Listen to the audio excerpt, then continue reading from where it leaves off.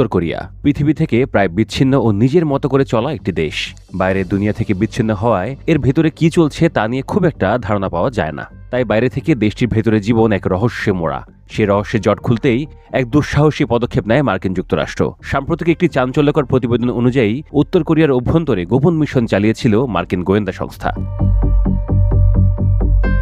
তা new York টাইমসের report অনুযায়ী 2019 সালের শুরুতে কূটনৈতিক অচলাবস্থার মধ্যেই নেভি সিল টিম 6কে উত্তর কোরিয়ার ভেতরে প্রবেশ করে গোপন একটি আড়িপাতা যন্ত্র বসানোর নির্দেশ দেওয়া হয়। 2011 সালে পাকিস্তানে ওসামা বিন লাদেনকে হত্যা করা বিশেষ টিমকে উত্তর কোরিয়ায় এই গোপন মিশনের দায়িত্ব দেন ট্রাম্প। নির্দেশনা পেয়ে রাতের বেলায় উত্তর কোরিয়ার ভেতরে প্রবেশের চেষ্টা চালায় ওই টিমের সদস্যরা। অতি উচ্চ নিরাপত্তায় ঢাকা উত্তর কোরিয়ায় প্রবেশের জন্য সমুদ্র উপকূলকে বেছে নেয় তারা। মিশনের শুরুতেই উত্তর কোরিয়ার সমুদ্র সৈকতে কয়েকজন সাধারণ উত্তর কোরিয়া নাগরিকের মুখোমুখি হয়ে যান মার্কিন নেভি সিল টিমের সদস্যরা। কোরিয়ার ওই নাগরিকরা তখন সৈকতে ঝিনুক ও শামুক সংগ্রহ করছিলেন।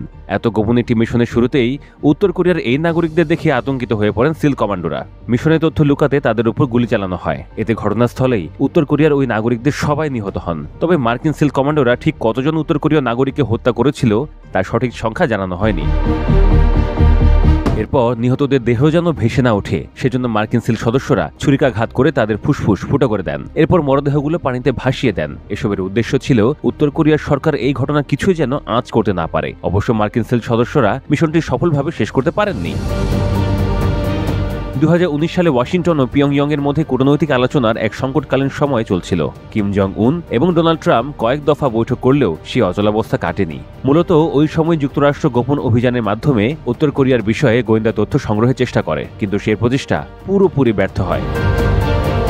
এই ঘটনার প্রকাশ্যে আসার পর প্রেসিডেন্ট ট্রাম্পকে জিজ্ঞেস করা হলে তিনি তা নাকচ করে দেন। ট্রাম্প বলেন, এ সম্পর্কে আমি কিছুই জানি না, এখনই প্রথম শুনলাম। যদিও নিউ ইয়র্ক টাইমস বলছে হোয়াইট হাউস ও সামরিক সূত্রের সাক্ষাৎকারে জানা গেছে ট্রাম্পই এই মিশনে চূড়ান্ত অনুমোদন দিয়েছিলেন।